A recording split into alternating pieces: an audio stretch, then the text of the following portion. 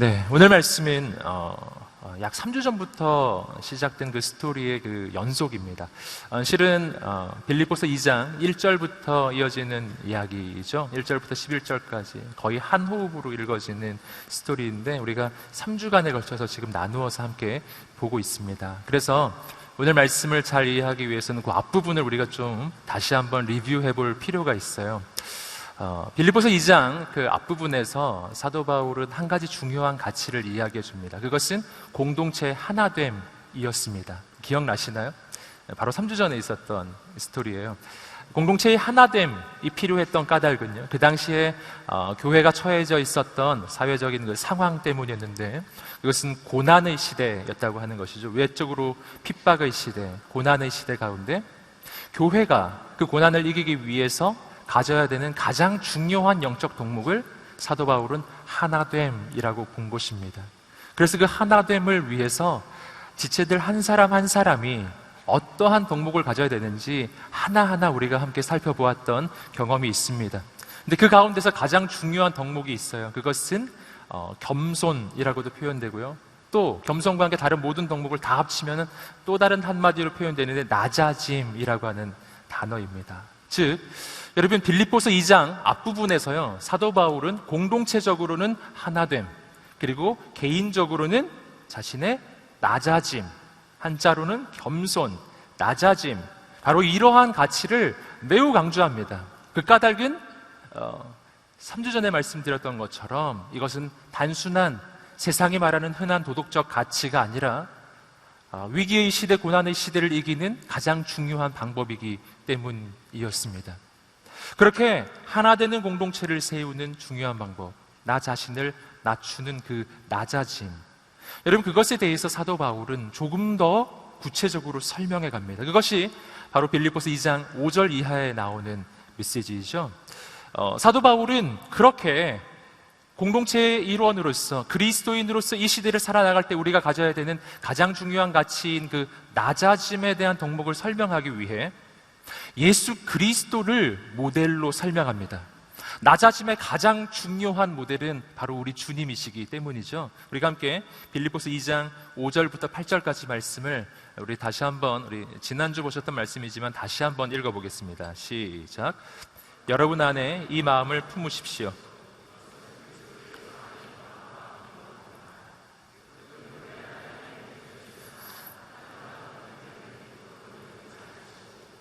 오히려 자신을 비워 종의 형체를 가져 사람의 모양이 되셨습니다.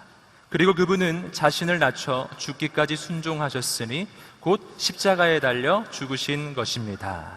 여러분, 2장 5절부터 8절까지 말씀을 이끄는 구절은 5절이죠. 여러분 안에 이 마음을 품으십시오. 이 마음은 곧 예수님 안에 있던 마음, 예수님의 마음이었습니다.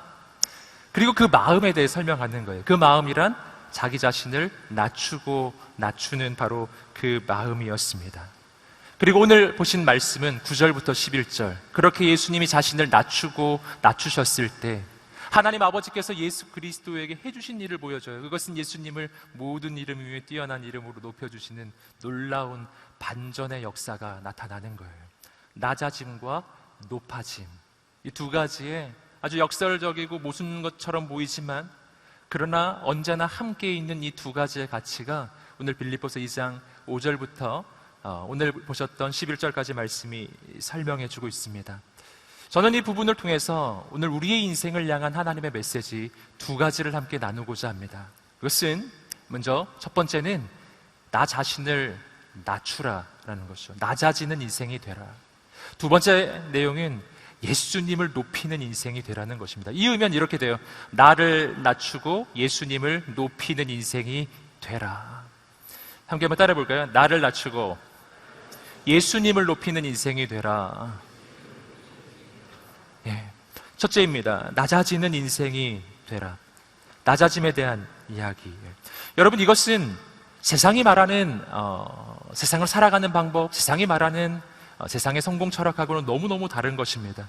세상에서는 말하기를 나 자신을 어필하고 어떻게 해서든지 나 자신의 것을 확보하고 다른 사람을 쓰러뜨리고 높아지라고, 높아지기 위해 애를 쓰라고 말하지 않습니까? 그런데 오늘 말씀은 예수님의 예를 들어 낮아지라고 이야기하는 거예요. 매우 위험해 보이는 이야기입니다. 여러분, 오늘 우리가 어떻게 이러한 선택을 할 수 있겠는가 하는 것, 이것이 첫 번째 우리가 생각해 볼 거리입니다. 성경은 우리에게 낮아지라고 이야기하는데, 내가 그 낮아지는 선택을 하면 난 세상에서 도태될 것만 같은데 난 어떻게 그 길 갈 수 있을까요? 저는 그 부분을 조금 함께 묵상해 보고자 합니다. 오늘 말씀을 통해서 발견하는 첫 번째, 내가 낮아질 수 있는 이유예요. 그것은 낮아지면 높아지기 때문입니다. 다시 한번 빌립보서 2장 9절 말씀 함께 읽어보시겠습니다. 빌립보서 2장 9절입니다. 시작. 그러므로 하나님께서는, 자, 9절 말씀, 오늘 보셨던 이 본문의 말씀입니다. 8절과 9절에 연결되는 이 접속사 역시 우리가 한번 확인해 보아야 합니다. 9절 말씀은 그러므로 라고 하는 단어로 시작되고 있어요. 이것은 인과관계 접속사이죠. 앞에 원인이 있고 뒤에 결과가 따라옵니다. 앞에 있었던 원인 때문에 뒤가 따라오는 것이죠. 오늘 9절 이하의 본문의 말씀은 하나님께서 예수님의 이름을 높여주시는 장면이 나와요. 왜 높여주시느냐? 앞에 있었던 원인이 있기 때문에 높여주시는 거거든요. 그런데 앞부분에 무슨 내용이 있었죠? 빌립보서 2장 5절부터 8절까지 보시면 예수님이 자신을 낮추시는 내용이 나오죠. 여러분, 그러므로 낮아지면, 자신을 낮추면 그러므로 높아지리라. 낮아지면 그러면 높아지리라. 함께 따라해 보겠습니다. 낮아지면 높아지리라. 아멘. 여러분, 빌립보서 2장 5절부터 11절까지 이 전체 구조는 딱 이 두 단어로 말할 수 있어요. 낮아지면 높아지리라.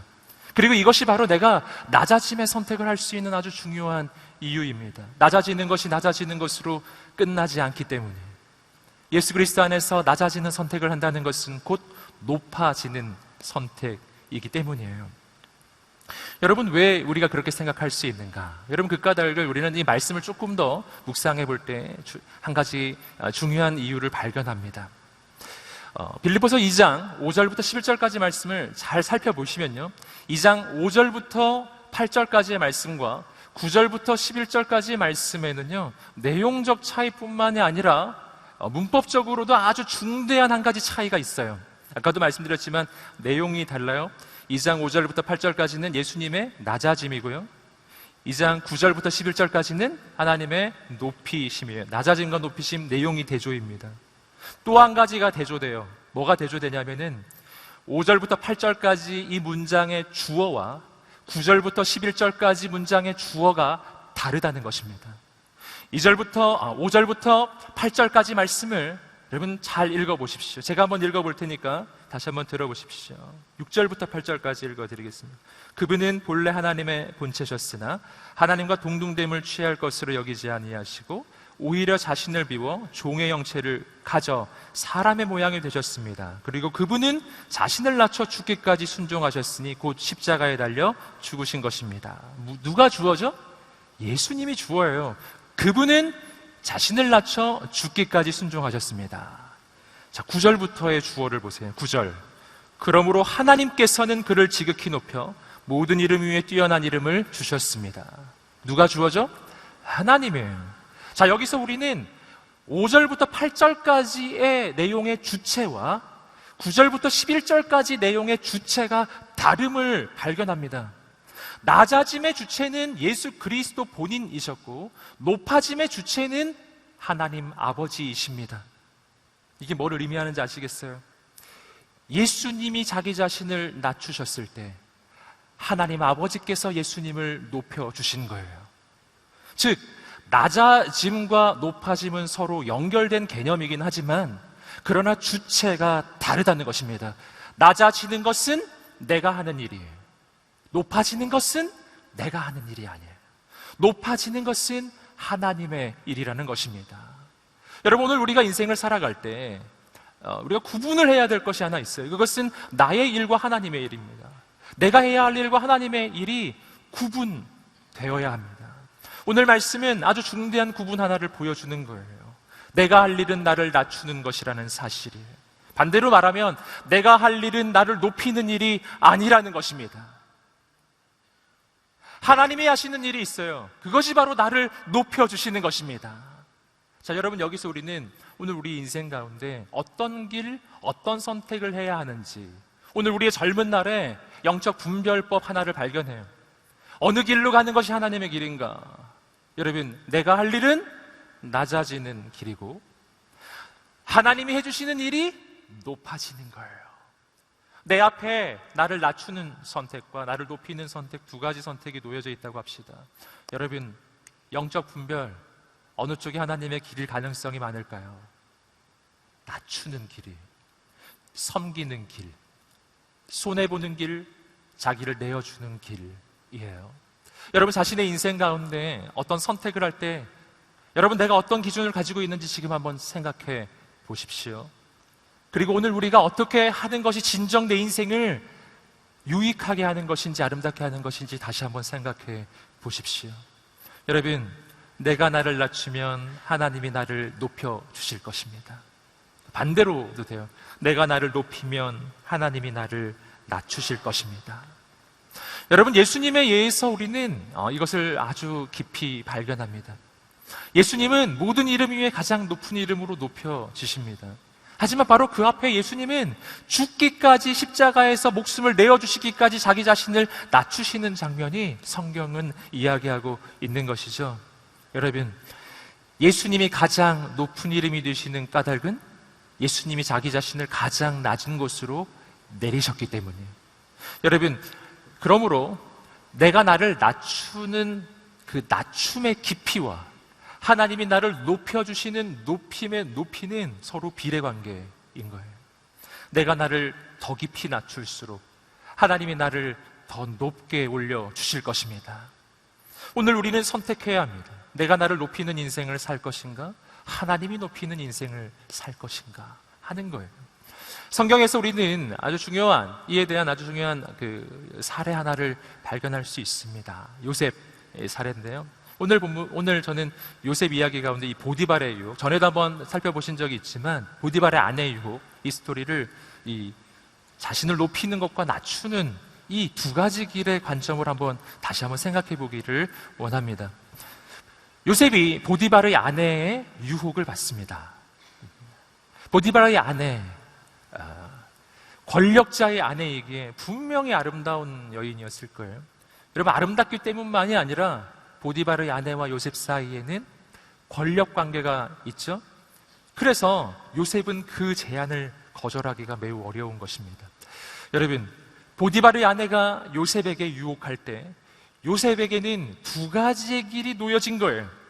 한 가지의 길은요, 인간적으로 보기에 내가 높아질 수 있는 길이에요. 그 길이 무슨 길이냐면은 보디발의 아내의 유혹을 받아들이는 것입니다. 보디발의 아내는 그 집안의 권력자입니다. 보디발의 아내에게 요셉이 만약 잘 보인다면 그는 그 집안에서 아주 승승장구하고 더 잘 나갈 수 있는 기회처럼 보였을 거예요. 보디발의 아내의 유혹을 받아들이는 것, 이것이 인간적으로 보기에는 높아지는 길이었다는 것이죠. 여러분, 반대로 인간적으로 보기에는요, 보디발의 아내의 유혹을 거절하는 것, 이것은 자기 자신의 인생을 정말 어떻게 만들지 모르는 선택이었어요. 어떤 누명을 쓰고 어떤 수모를 당할지 모르는 거예요. 그 당시에 주인과 종의 관계는 주인이 종의 생사 여탈권을 다 쥐고 있는 관계죠. 죽일 수도 있는 것입니다. 죽을 수도 있어요. 단순히 낮아지는 정도가 아니에요. 인간적으로 보기에는 그 유혹을 받아들이는 것이 높아지는 길이고, 인간적으로 보기에는 그 유혹을 거절하는 것이 낮아지는 길, 그리고 그 유혹을 받아들이는 것이 높아지는 길처럼 요셉은 느껴졌을 거예요. 근데 그때 요셉이 어느 길을 가는가? 인간적으로 보기에는 낮아질 것만 같은 길, 그 유혹을 거절하는 그 선택을 한다는 것입니다. 근데 여러분, 결론은 어떻게 되었나요? 당장은 정말 사람들이 예상했던 것처럼 요셉이 그 길을 선택했을 때 인생이 낮아집니다. 누명을 쓰고 감옥에 가요. 하지만 그 시간이 지나갔을 때 어느 길이 낮아지는 길이고 어느 길이 높아지는 길인지 우리는 알게 되는 것이죠. 보디발의 아내의 유혹을 받아들이는 길이 높아지는 길 같았지만 그 길은 진짜는 낮아지는 길이었고요. 보디발의 아내의 유혹을 거절하는 것이 낮아지는 것 같았지만 그러나 그것을 거절할 때 그의 인생은 높아지더라는 것이죠. 저는 오늘 우리의 인생 가운데 영적 분별력이 생기게 되기를 주님의 이름으로 축복합니다. 어느 길이 낮아지는 길입니까? 어느 길이 높아지는 길입니까? 기준이 중요해요. 사람이 보기에 낮아지는 길, 사람이 보기에 높아지는 길, 이것이 우리의 기준이 아니라 하나님 보시기에 낮아지는 길과 높아지는 길이 오늘 우리의 인생의 기준이 되시기를 주님의 이름으로 축복합니다. 여러분, 그런데 여기서 우리는 우리 마음 가운데 한 가지 질문이 떠오릅니다. 제가 이 부분을 묵상할 때 떠올랐던 질문이에요. 그것은 뭐냐면은, 만약 내가 낮아짐의 선택을 하는 것이요, 금방 제가 말씀드렸던 것처럼 단순히 성경적으로는 내 인생이 높아지는 길이 바로 낮아지는 길이기에 높아지기 위해서 낮아지는 선택을 한다면 이거 과연 올바른 것일까요? 여러분, 이런 질문이 떠오르지 않으세요? 높아지기 위해 낮아지는 선택을 한다면 여러분, 역시 동기는 세상 사람과 똑같잖아요. 세상 사람들은 높아지기 위해서 높아지는 길을 선택하고 우리는 높아지기 위해서 낮아지는 길을 선택한다면 이것은 또 다른 이기심이 아니겠는가 하는 질문이 생겨납니다. 여러분, 우리가 어떻게 답을 해야 할까요? 여러분, 여기서 우리는 우리가 낮아지는 선택을 하는 조금 더 깊은 이유를 좀 발견해야 할 이유를 발견하는 것입니다. 예수님도 그렇게 하셨을까? 물론 오늘 말씀에 의하면요, 예수님은 자기 자신을 낮추는 선택을 하셨어요. 그렇기 때문에 하나님 아버지께서는 그를 가장 높게 세워주셨습니다. 그렇다면 예수님도 높아지고 싶어서 십자가를 선택하신 것일까요? 모든 이름 위에 높아지고 싶어가지고 그게 낮아질 때 그렇게 되는 거니까 그거 염두에 두셨던 것일까요? 여러분, 오늘 말씀을 보니까요, 그렇지 않더라는 것입니다. 오늘 말씀 빌립보서 2장 5절부터 8절까지 말씀을 보시면 예수님이 낮아지는 그 선택을 하는 과정이 나오는데 그 안에 예수님이 앞으로 장차 높아질 것에 대해서 고려하거나 생각하시거나 그것을 이유로 생각하시는 경우가 나오지 않아요. 여러분, 주님의 동기는 무엇이었을까요? 물론 주님은 부활하실 것을 예상하셨어요. 하지만 그것 때문에 십자가를 지신 것이겠습니까? 여러분, 오늘 말씀은요, 예수님의 동기에 대해서, 예수님이 왜 낮아지는 선택을 했는지 그 진짜 동기를 말해주는 이 한 단어를 말해줍니다. 함께 빌립보서 2장 8절 말씀을 함께 읽어보겠습니다. 시작.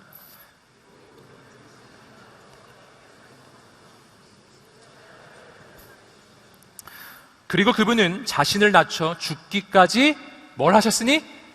순종하셨으니 곧 십자가에 달려 죽으신 것입니다. 자, 여기서 우리는 아주 중요한 단어 하나를 발견해요. 여러분은 빌립보서 2장 5절부터 8절까지 말씀 속에서 우리가 발견해야 될 가장 중요한 영적인 덕목은요, 낮아짐만이 아니에요.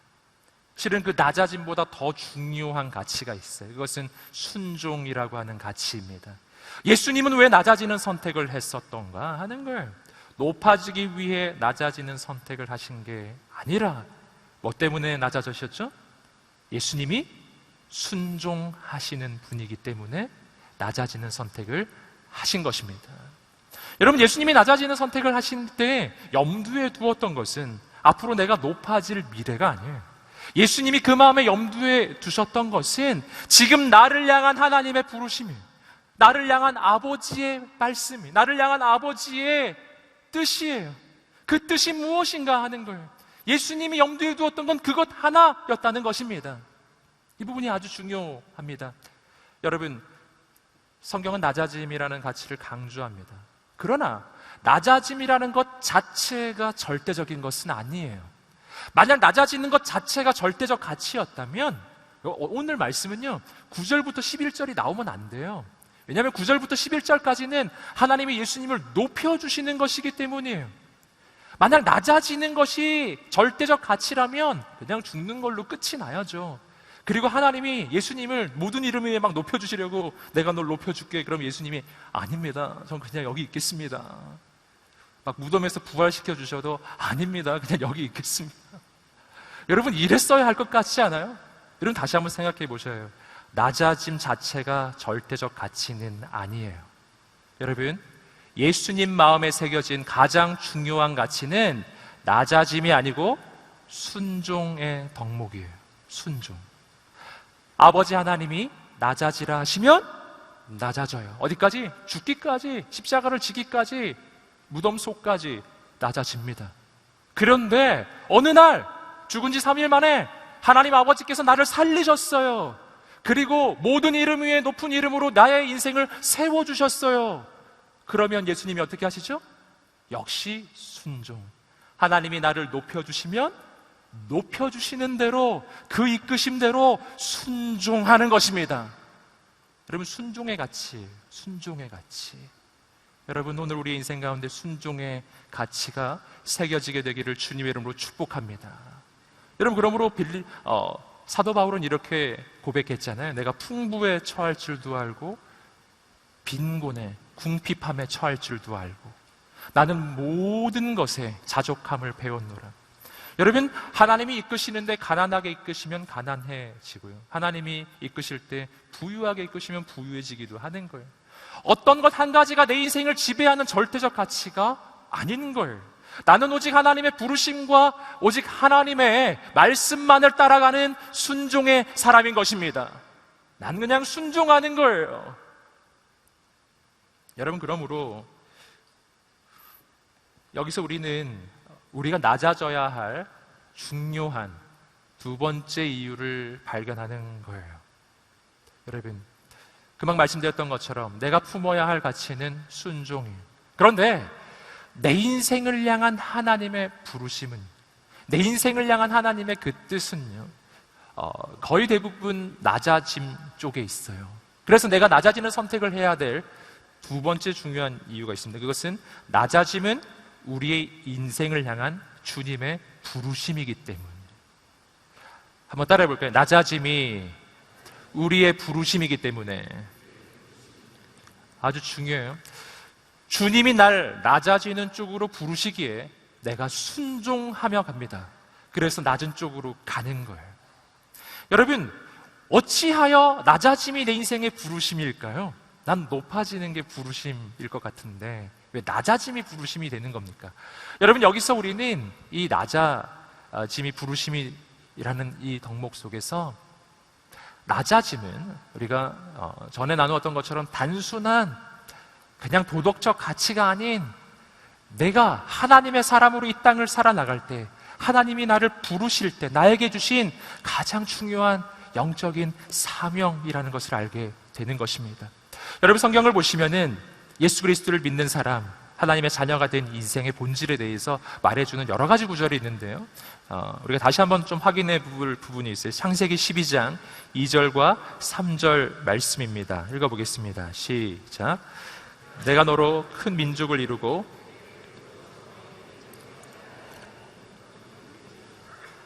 너를 축복하는 자에게는 내가 복을 내리고 너를 저주하는 자에게는 내가 저주하리니 땅의 모든 족속이 너로 말미암아 복을 얻을 것이라 하신지라.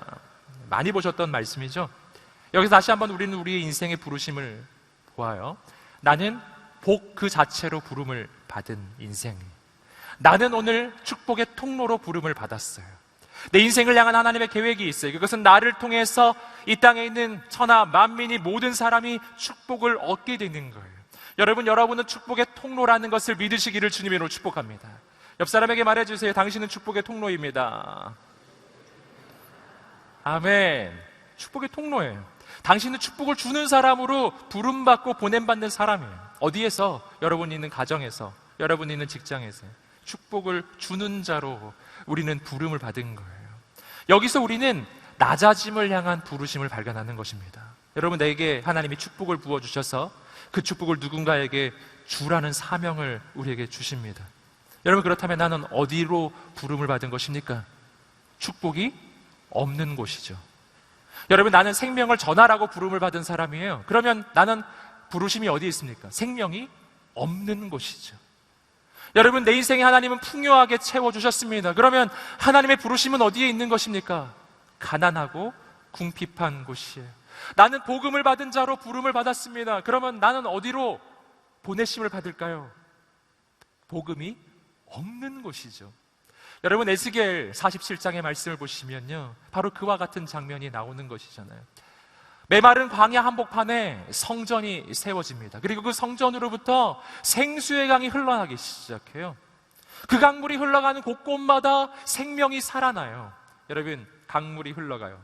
강물은 어디로 지금 흘러가고 있죠? 메마른 땅으로 흘러가요.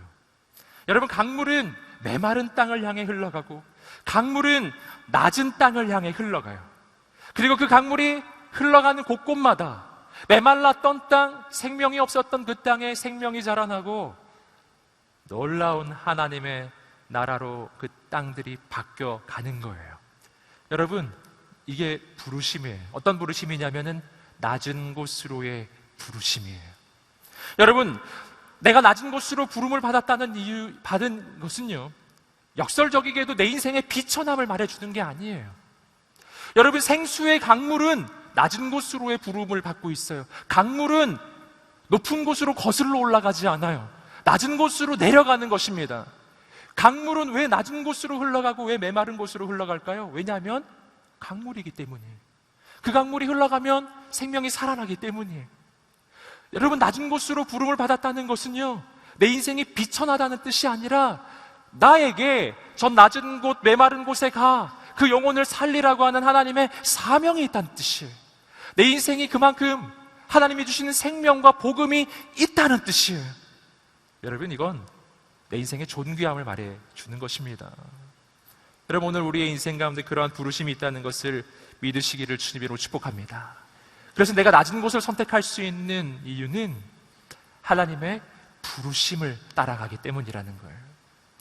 자, 여기서 우리는 그 낮은 곳을 선택할 때, 내가 낮은 곳으로 나 자신을 낮출 때요, 그때 그 길 가는데 내게 필요한 한 가지 확신이 필요하다는 것을 알게 돼요. 낮은 곳으로 갈 때, 내가 보기에 아무것도 없어 보이는 곳, 보장이 없는 곳으로 갈 때 내가 가져야 될 확신, 어떤 확신입니까? 그것은 하나님에 대한 확신, 하나님에 대한 신뢰예요.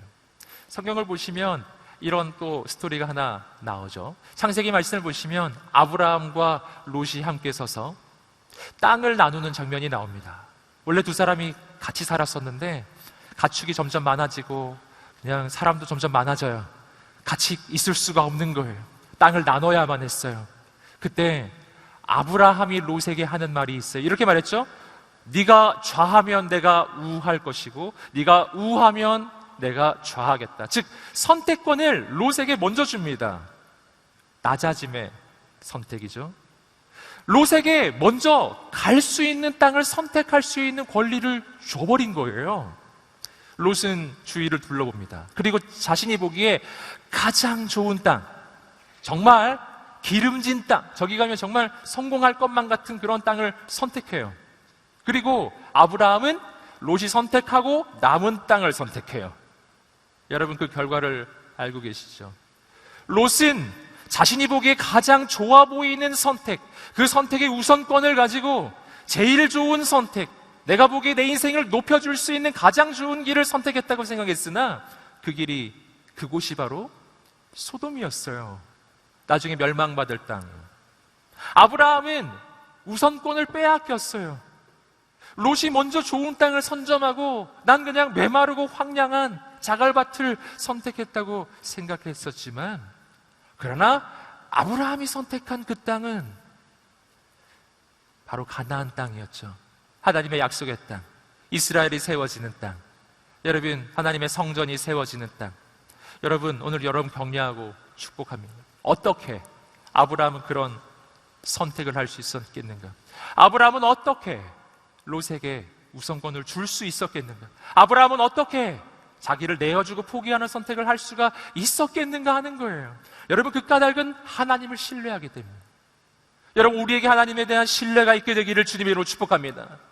이것이 하나님의 사람이 세상을 살아갈 때 가져야 되는 매우 중요한 영적인 관점, 확신이에요.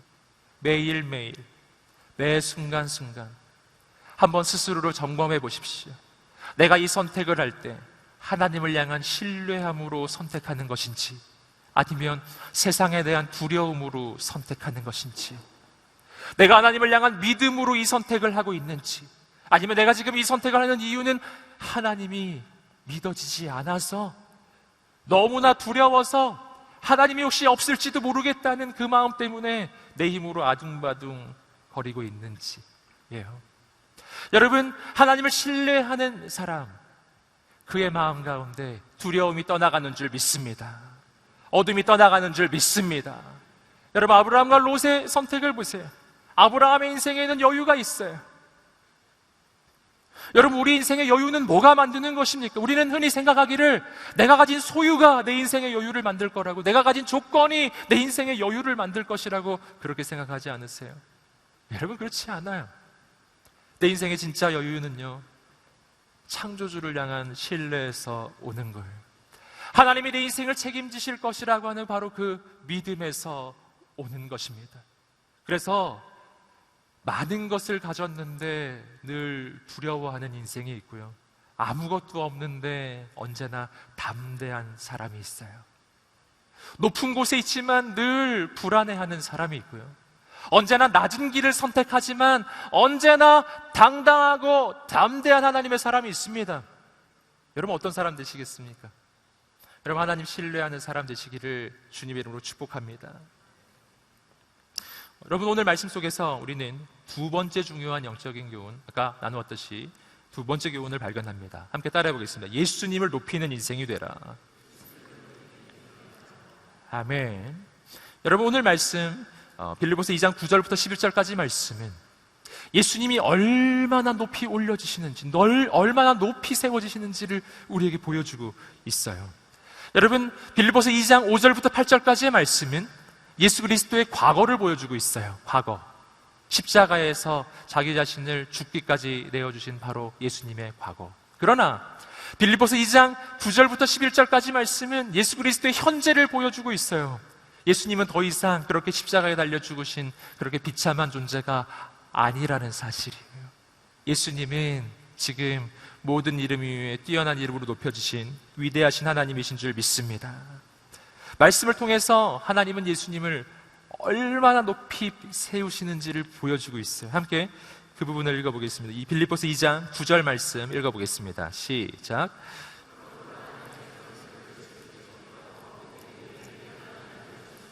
빌립보서 2장 9절 말씀에서 첫 번째로 우리 예수님에 대해서 발견하는 것입니다. 예수님은 모든 이름 위에 뛰어난 이름, 모든 이름 위에 뛰어난 이름.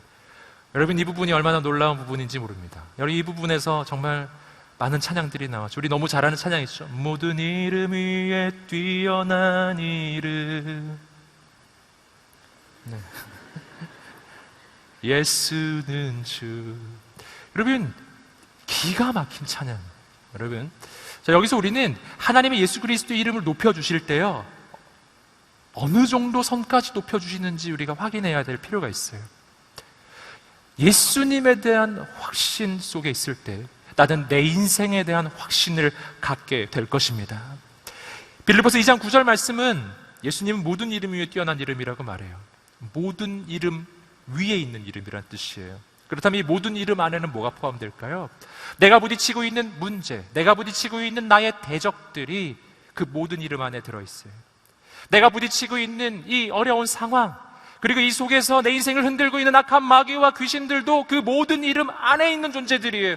예수님은 그 안에 있는 분이 아니라 그 위에 계신 분이신 줄 믿습니다. 예수님의 이름이 제일 높은 이름이라고요. 여러분, 그러므로 오늘 그 이름이 가장 높은 이름임을 믿고 확신할 때요, 오늘 우리는 어떤 문제를 만나도, 어떤 상황 속에 있어도, 어떤 대적을 만나도 그 가운데 쓰러지지 않을 줄 믿습니다. 낭망치 말고 주님을 붙잡으세요. 예수님의 이름이 모든 이름 위에 뛰어난 이름이라고 하는 것의 또 한 가지 의미는, 그것은 그 이름은 내가 부딪히고 있는 내 이 모든 문제의 상황을 해결할 수 있는 능력의 이름이라는 것입니다. 요한복음 14장 14절 말씀은 이 이름에 대해서 이렇게 표현해주고 있습니다. 읽어보시겠습니다. 시작. 너희는 내 이름으로 무엇이든지 구하라. 그러면 내가 다 이루어 주겠다. 내 이름으로 무엇이든지 구하라. 그러면 내가 이루겠다. 여러분, 예수님의 이름은 어떤 이름입니까? 우주에서 가장 높은 이름이에요. 여러분, 어떤 기업 속에서 가장 높은 이름은 사장님의 이름이겠죠? 여러분, 우리나라에서 가장 높은 이름은 대통령의 이름일 거예요. 여러분, 그러나 온 우주에서 가장 높은 이름 예수님의 이름인 줄 믿습니다. 그래서 그 이름으로 구할 때 하나님이 이루시겠다고 말씀해 주셨어요. 오늘 우리가 그 이름을 붙잡게 되기를 소망합니다. 여러분, 계속해서 빌립보서 2장 10절은 이렇게 이야기하고 있어요. 2장 10절 말씀을 읽어보시겠습니다. 시작.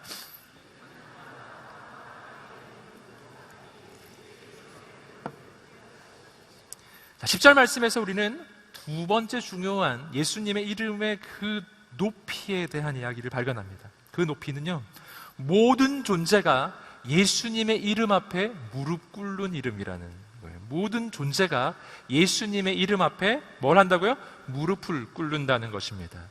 여러분, 첫 번째 아까 보셨던 9절 말씀에서는 예수님의 그 이름의 높이에 대한 이야기를 해주었다면, 그 예수님의 이름이 온 우주에서 어느 정도의 위상을 가지고 있는지를 말해주었다면, 10절 말씀은요, 그 높은 이름 앞에서 온 천하 만물이 어떤 반응을 보이는지에 대해서 이야기해 주는 거예요. 모든 만물이라고 말하고 있어요. 여러분, 오늘 말씀은 하늘과 땅 아래에 있는 모든 사람들이라고 지금 표현하고 있죠. 하지만 여러분, 원어적으로는 이것이 단순히 사람만 가리키는 게 아니에요. 이것은 모든 존재를 가리켜요. 하늘에 있는 존재, 땅에 있는 존재, 땅 아래에 있는 모든 존재. 그 모든 존재는 예수님의 이름 앞에 무릎을 꿇게 되리라. 여기서 우리가 발견하는 것은 예배입니다. 예배.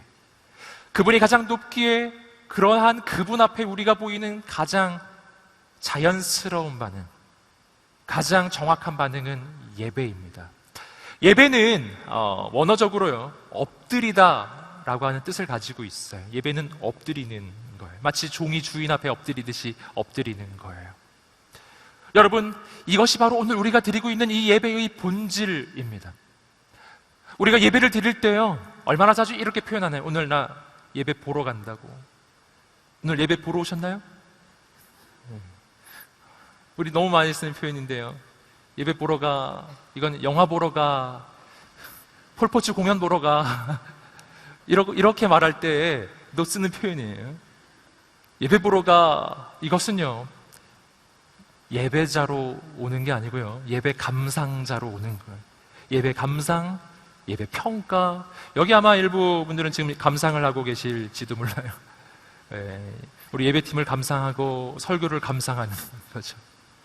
여러분, 그리고 영화를 평가하듯 예배를 평가해요. 예배가 좋았다고, 오늘 예배가 별로였다고, 이런 거죠. 여러분, 그 예배를 좋았다고 할 때 그 평가의 기준은 언제나 나이죠. 그 평가의 기준은 언제나 내 느낌이, 딴 것도 아니에요. 내 느낌이 좋으면 예배가 좋았어. 내 느낌이 별로 안 좋으면 예배가 안 좋았어. 여러분, 이것은 예배 보는 사람의 멘트예요. 다른 멘트가 우리에게 필요해요. 여러분, 예배는 드리는 거예요. 예배는 드리는 거예요. 누구에게 드리는 것이죠? 대답하셔도 돼요. 누구에게 드리는 것이죠? 네. 항상 헷갈리시더라고요. 하나님, 예수님, 성령님. 하나님인지 예수님인지 뭐. 예, 다예요.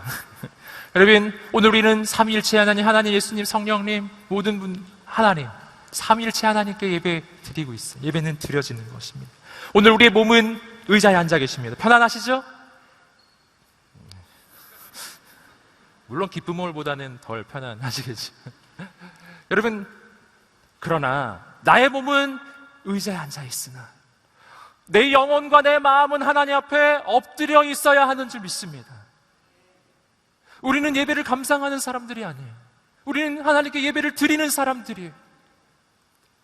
저를 포함해서요. 저도 예배자로 이곳에 서 있는 줄 믿습니다.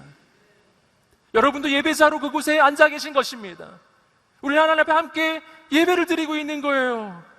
눈에 보이지 않지만 살아서 역사하시는 하나님께서 바로 여기에 계신 줄 믿습니다. 눈에 보이지 않지만 온 우주 가운데 가장 높은 이름이신 예수님이 여기 계신 줄 믿습니다. 그래서 우리는 우리의 마음과 심령의 무릎을 꿇고 주님 바라보는 것입니다. 사람 보는 게 아니라고요. 여러분, 그러므로 오늘 예배 가운데 중요한 것이 뭘까요? 그건 내 느낌이 아니에요. 그건 내 느낌이 아니에요. 오늘 예배 가운데 가장 중요한 것은 내게 만족이 있느냐가 아니라고요. 오늘 예배 가운데 가장 중요한 것은 예배 주인 되시는 우리 주 예수님께서 이 예배를 받아주셨는가에 있어요. 주님이 만족하셨을까요? 이것이 핵심입니다. 저는 오늘 우리가 이 예배 속에서 찬양팀 보지 않고요, 설교자도 보지 않고요, 예수님을 보게 되기를 주님의 이름으로 축복합니다. 우리를 통해 하는 역사하실 것입니다. 여러분, 계속해서 빌립보서 2장 11절 말씀 마지막 구절을 읽어보겠습니다. 시작. 모든 입으로 예수 그리스도를 주라 시인하게 하셔서. 하나님은 예수님의 그 이름을 높여주시는데요, 모든 입이 예수님을 주라고 시인하게 하신다고 해요. 여러분, 여기서 이 주라는 말은요, 퀴리오스라고 해서 당시로서는 황제, 로마 황제에게 쓰는 표현이었다고 합니다. 그러니 이 구절이 얼마나 강력한 구절인지 아시겠어요?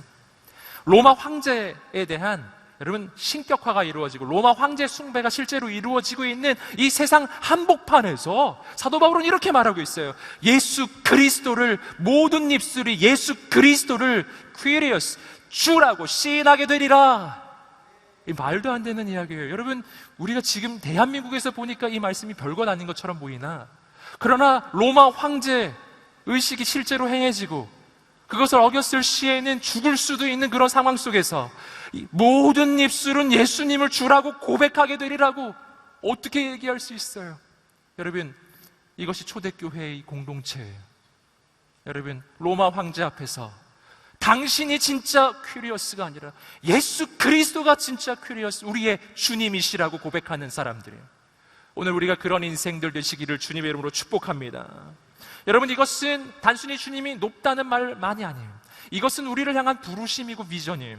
로마서 10장 13절 말씀은 이 주라고 하는 그 이름에 대해 이렇게 표현하고 있습니다. 읽어보겠습니다. 시작.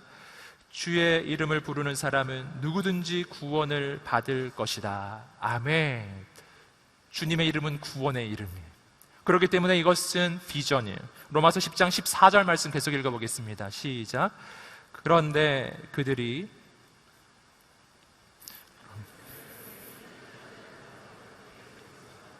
듣지도 못한 분을 어떻게 믿겠습니까? 주님의 이름이 구원의 이름이라고 하는 것은, 이것은 우리의 비전이에요. 모든 입술이 그분을 주라고 고백하게 되리라. 이건 미래를 향한 환상이에요. 할렐루야.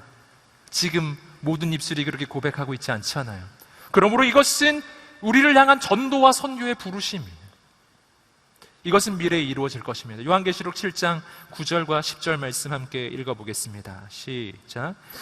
이 일 후에 내가 보니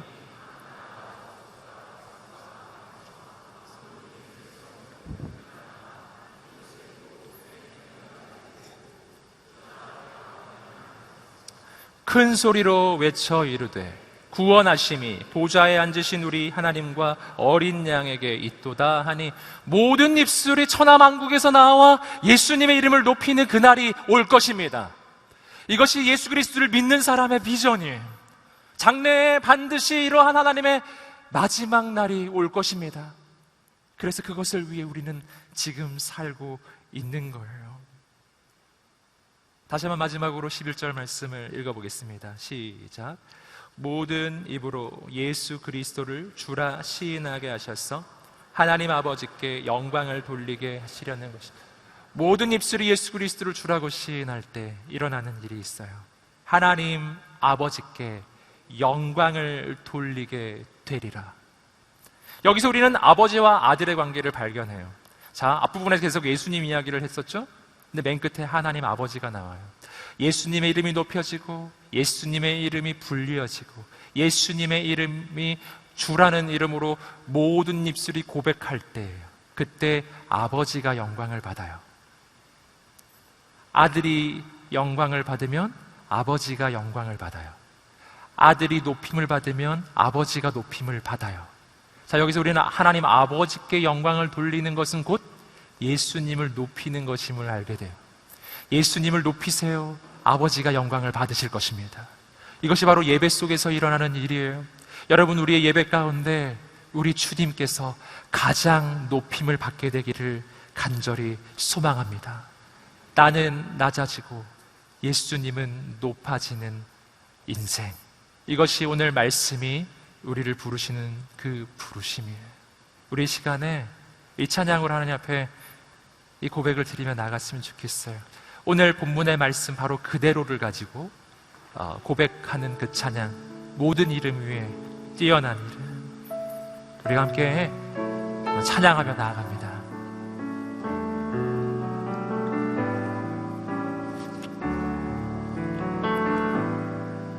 모든 이름 위에 뛰어난 이름, 예수는 주, 예수는 주. 모든 무릎 꿇고 경배를 드리세. 예수는 만유의 주님. 모든 이름 위에, 모든 이름 위에 뛰어난 이름,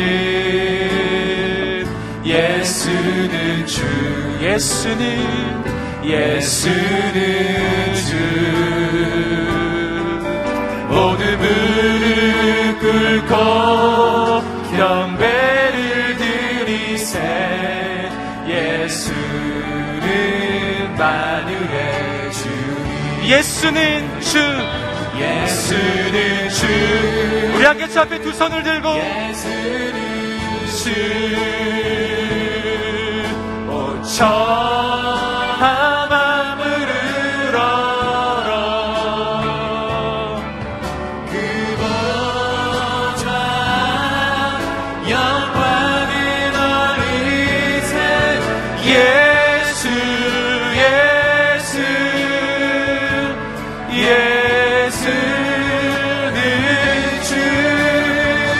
예수는 주. 우리 함께 자리에서 일어나 우리의 주님 되시는 예수 그리스도를 높이며 나아갑니다. 천하 만물을 얼어 그 보좌 영광을 돌리세.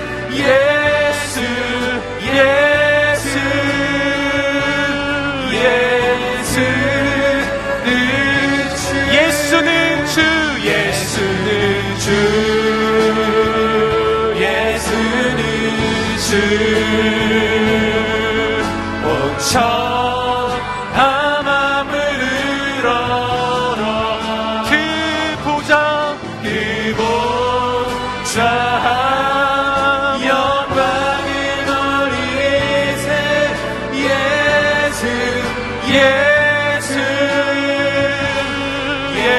예수는 주. 이 시간 함께 기도하며 나아가기를 원합니다. 살아계신 하나님 아버지, 우리는 말씀을 통해서 우리가 품어야 할 그 마음을 보았습니다. 그 마음은 예수님의 마음입니다. 너희 안에 이 마음을 품으라. 곧 그리스도 예수의 마음이니 그는 근본 하나님의 본체시나 하나님과 동등됨을 취할 것으로 여기지 아니하시고 오히려 자기를 비워 종의 형체를 가지사 사람들과 같이 되셨고 사람의 모양으로 나타나사 자기를 낮추시고 죽기까지 복종하셨으니 곧 십자가에 죽으심이라. 이것이 우리가 품어야 할 마음인 줄 믿습니다. 이것이 우리가 이 땅 가운데 부름을 받은 부르심이에요. 낮은 곳을 향해, 생명이 없는 곳을 향해, 죽음만 가득한 그곳을 향해 나아가는 비전. 하나님의 아들 예수께서 죽어가는 우리를 위해 우리가 있는 이 낮은 곳으로 내려오셨던 바로 그 부르심. 오늘 우리가 그 부르심을 받습니다. 하나님 아버지, 오늘 내가 부름을 받은 이곳에서, 가정에서, 학교에서, 직장에서, 이 땅 가운데에서 생명의 통로, 은혜의 통로, 하나님의 역사의 통로가 되게 하여 주시옵소서. 내 마음이 높은 곳을 향해 있다면 내 마음이 낮은 곳을 향하게 하여 주시옵소서. 내 마음이 이 땅에 죽어가는 사람들이 있는 곳, 궁핍함이 있는 곳, 절망이 있는 곳, 복음이 없는 그곳을 향하게 하여 주시옵소서. 내 발이 그곳을 향해 달려가게 하여 주시옵소서. 내 손이 그들을 섬기게 하여 주시옵소서. 내 인생을 주님께서 새롭게 하여 주시옵소서. 주 앞에 두 손을 들고 주여 3번의 치며 기도합니다. 주여, 주여, 주여.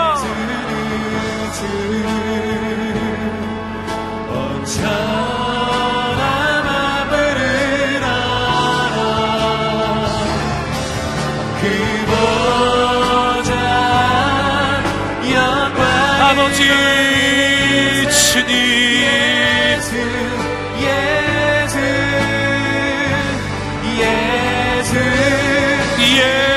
주님 부어주시옵소서. 하나님의 바람이 불어오게 하여 주시옵소서. 하나님의 역사가 나타나게 하여 주시옵소서. 하나님,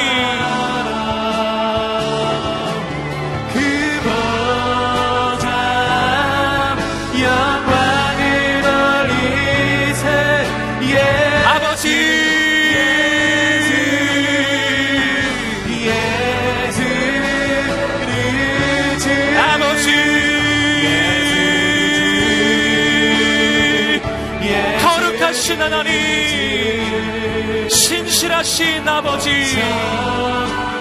행하여 주시옵소서. 하나님, 기름 부어 주시옵소서. 하나님의 역사가 나타나게 하여 주시옵소서. 주님 오시옵소서. 하나님, 예수, 예수,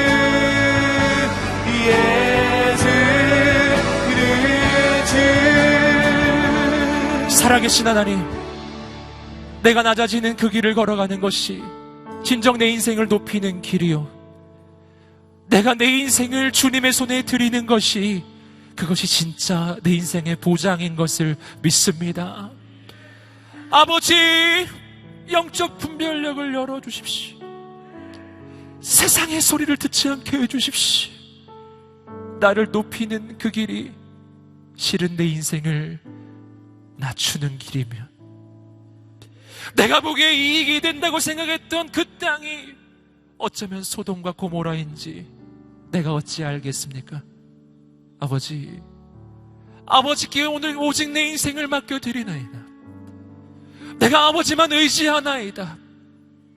그리고 내 뜻과 내 욕심으로 하는 선택이 아닌 아버지의 선택을 하게 하여 주시옵소서. 너희 안에 이 마음을 품으라. 곧 예수 그리스도의 마음이니 그 마음 품게 하소서. 여러분, 오늘 이 시간 한 번 더 기도합니다. 예수님이 자신을 죽기까지 낮추셨을 때 아버지는 아들 예수님을 온 세상의 가장 높은 이름으로 세워주셨어요. 할렐루야. 여러분, 우리가 믿는 예수님은 2000년 전에 비참하게 십자가에 달려 죽으신 그 비참한 한 청년이 아니에요. 지금은 모든 이름 위에 뛰어난 이름이신 줄 믿습니다. 어떤 대적을 만나고 있나요? 예수님의 이름이 더 높은 이름이에요. 어떤 문제에 부딪혀 있나요? 예수님의 이름이 더 높은 이름이에요. 그 이름 앞에 모든 것은 무릎을 꿇게 될 것입니다. 비전이에요. 오늘 우리가 우리의 인생의 문제를 잡혀 의탁하며 나아가십시오. 하나님, 예수님의 그 이름으로 승리하게 하여 주시옵소서. 그 이름으로 일어나게 하여 주시옵소서.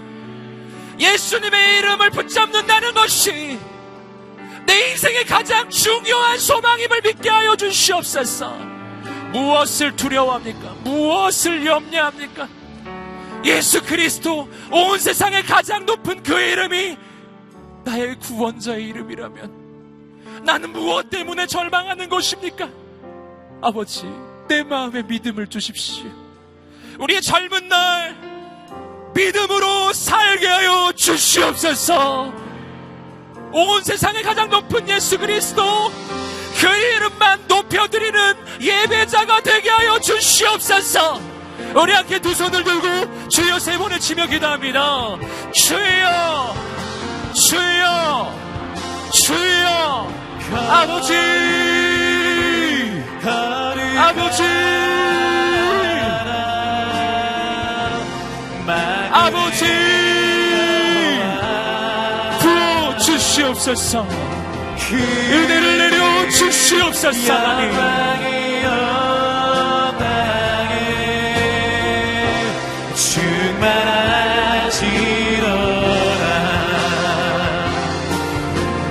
아버지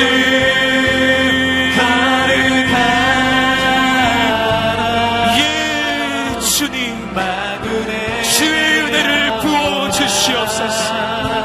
기도하며 나가는 모든 영혼만 나오시옵소서. 하나님 영광이여 땅에 충만하시로다.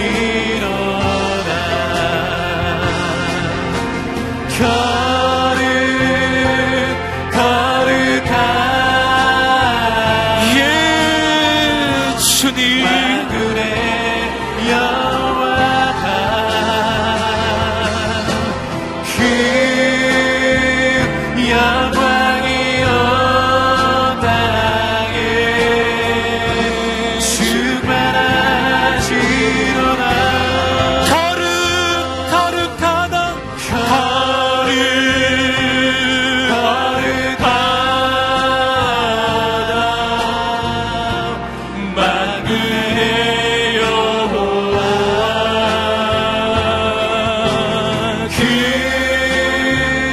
영광이 온 땅에 충만하시로다. 살아계신 하나님 영광을 받아 주시옵소서. 예수님만 높임을 받아 주시옵소서. 예수 그리스도를 명하는 이보다 두려움이 떠나갈지어다. 낭망함이 떠나갈지어다. 불신앙은 떠나갈지어다. 하나님을 바라보지 못하게 어둠의 권세들 묶임 놓고 떠나갈지어다. 살아계신 하나님 이곳에 임하여 주시옵소서. 우리의 심령을 붙잡아 주시옵소서. 주님만을 높이는 예배자가 되게 하시고 예수님만 전하는 복음 증거자가 되게 하소서. 우리를 통해서 하나님만 영광을 받아 주시옵소서. 나는 예배 보는 사람이 아니라 예배를 드리는 인생이 되겠습니다. 내 심령의 무릎은 하나님을 향해 언제나 꿇어있는 인생이 되겠습니다. 아버지, 오직 나는 부르심을 따라갑니다. 순종하며 따라갑니다. 그 길이 어디이든 갑니다. 낮은 곳도 갑니다. 높은 곳도 갑니다. 비천한 곳도 갑니다. 어디든지 갑니다. 주님 부르시는 그곳이라면 그곳이 가장 놀라운 길이기에, 주님 부르시는 그곳이라면 그곳이 바로 가장 영광된 길이기에 나는 아버지만 바라보겠습니다. 아버지 영광 받으소서. 감사하며 예수님의 이름으로 기도드립니다. 아멘. 살아계신 하나님께 감사의 박수 올려드리겠습니다. 주님을 찬양합니다. 아멘. 아멘. 오늘은 매월 둘째 주에 비전 헌금을 드리는 주일입니다. 오늘 헌금은 농촌의 미자리 교회를 위해서 드려집니다. 시간 준비된 영상을 함께 보신 후에, 그리고 특순과 함께 여러분 준비된 헌금을 하나님 앞에 드리며 나아가겠습니다.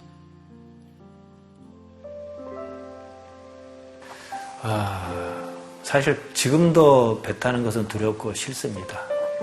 죽음이 코앞에서 왔다 갔다 하면서 산 경험이 있습니다.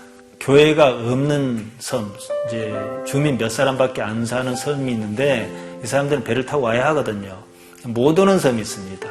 거기에는 이제 배를 가지고 가서 이제 찾아서 만납니다. 할머니 계셔.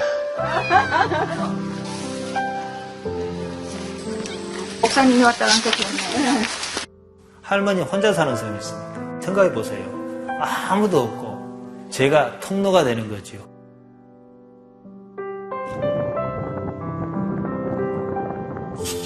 주일날 배를 움직였으면 참 좋겠는데 시도를 했는데 결국 못하고 말았어요. 오늘의 교회 농어촌 선교팀에 요청을 했더니 엔진을 수리하고 또 운항을 재개했던 그런 경험이 있습니다. 한 영혼을 구원에 이르는데 조금 도움이 된다면은 제가 있는 한은 끝이지 않을 것입니다.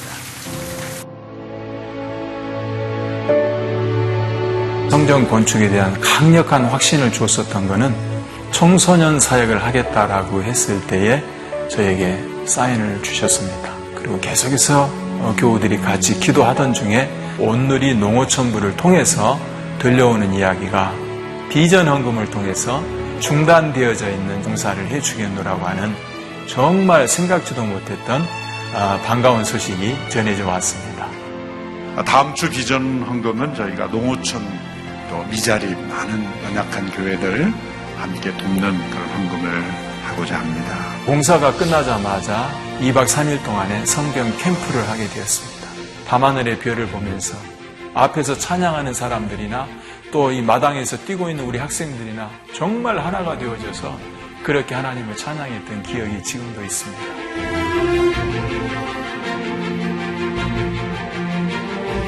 처음에 여기 계산에 와서 내가 시골에 오니까 노인들이 많을 거다. 내가 첫 장례를 노인분들을 치르겠다. 근데 제가 첫 장례를 아이를 처음 치렀어요.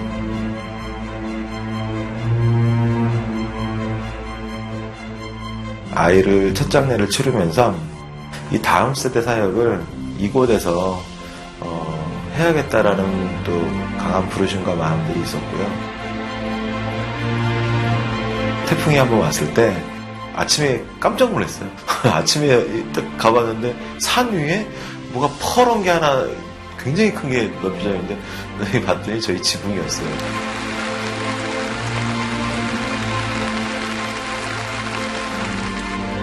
토요 모임을 하는 장소고 그 장소에서 다음 세대를 세우고 훈련시키는 일을 하고 있는데 다른 어떤 것보다도 좀 필요한 부분이라 기도해 주시고 또 관심 가져주시고 해주셨으면 너무 고맙겠습니다.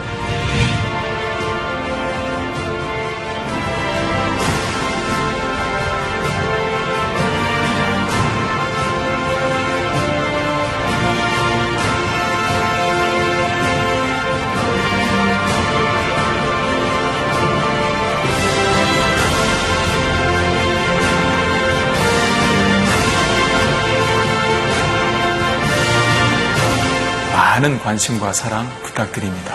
감사합니다. 네, 사랑합니다.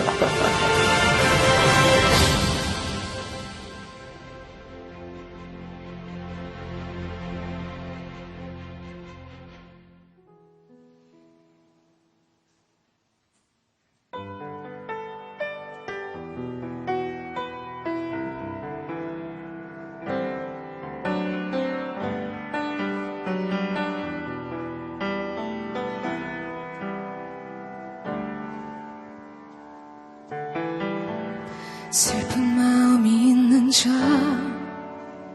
몸과 영혼 병든 자, 누구든지 부르시오. 예수 이름 부르시오. 그 이름을 믿는 자, 그 이름을 부르는 자, 그가 어떤 사람이든 그는 구원 얻으리.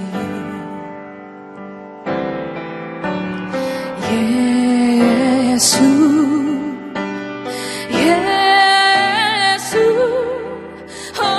능력의 그 이름 예수 나 외쳐 부르나.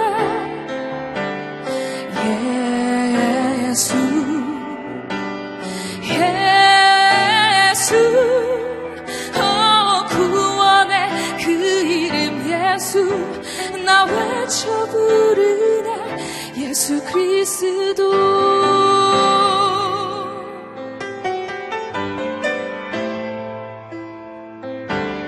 영과 금 내게 없으나 나 가진 건 너에게 주니.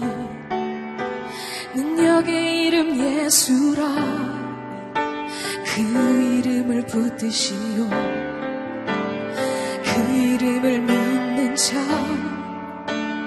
그 이름을 외치는 자, 그가 어떤 사람이든 그는 주의 영광 보리라.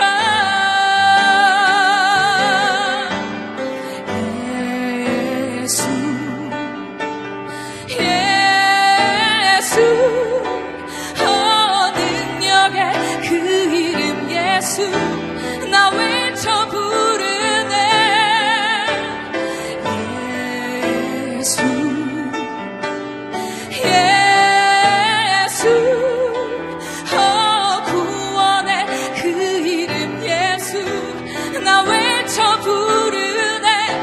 예수 그리스도 우리에게 주신 영광의 이름 나 어찌 잠잠하리 세상에 크게 외쳐 부르리 나의 주 예수 그리스도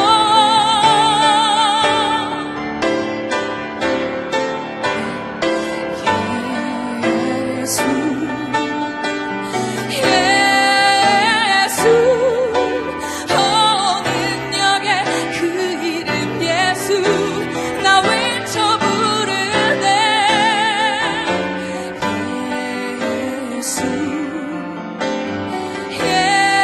예수 구원의 그 이름 예수 나 외쳐 부르네 예수 그리스도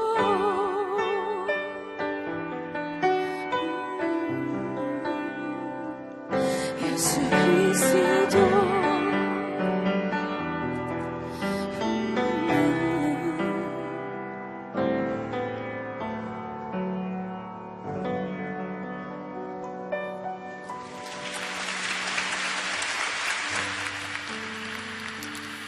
우리 다 함께 자리에서 일어나셔서 봉헌으로 하나님 앞에 기도하며 나아갑니다. 살아계신 하나님 감사합니다. 주님의 그 은혜가 감사하여 하나님 작은 물질을 구별하여 드렸습니다. 오늘 드려진 그 헌금은 특별히 작은 미자립 교회를 위하여 드려졌습니다. 거룩하신 하나님, 이 땅의 모든 작은 교회에 하늘의 은혜를 내려 주시옵소서. 그 땅들 가운데도 하나님의 부흥이 일어나게 하여 주시옵소서. 하나님, 드려지는 귀한 인생들마다 하늘의 복을 내려 주시옵소서.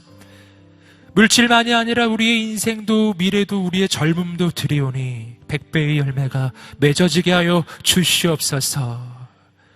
지금은 우리 주 예수 그리스도의 은혜와 하나님의 사랑과 성령의 교통하심이 오늘 예수 그리스도 그분 앞에서 나 자신을 낮추며 그리고 그 예수 그리스도 그분의 이름만을 높여드리기로 결정하는 모든 하나님의 사람들 머리 위에 이 민족과 열방과 모든 선교사님들 머리 위에 지금부터 영원까지 함께 하시기를 간절히 축원하옵나이다. 아멘.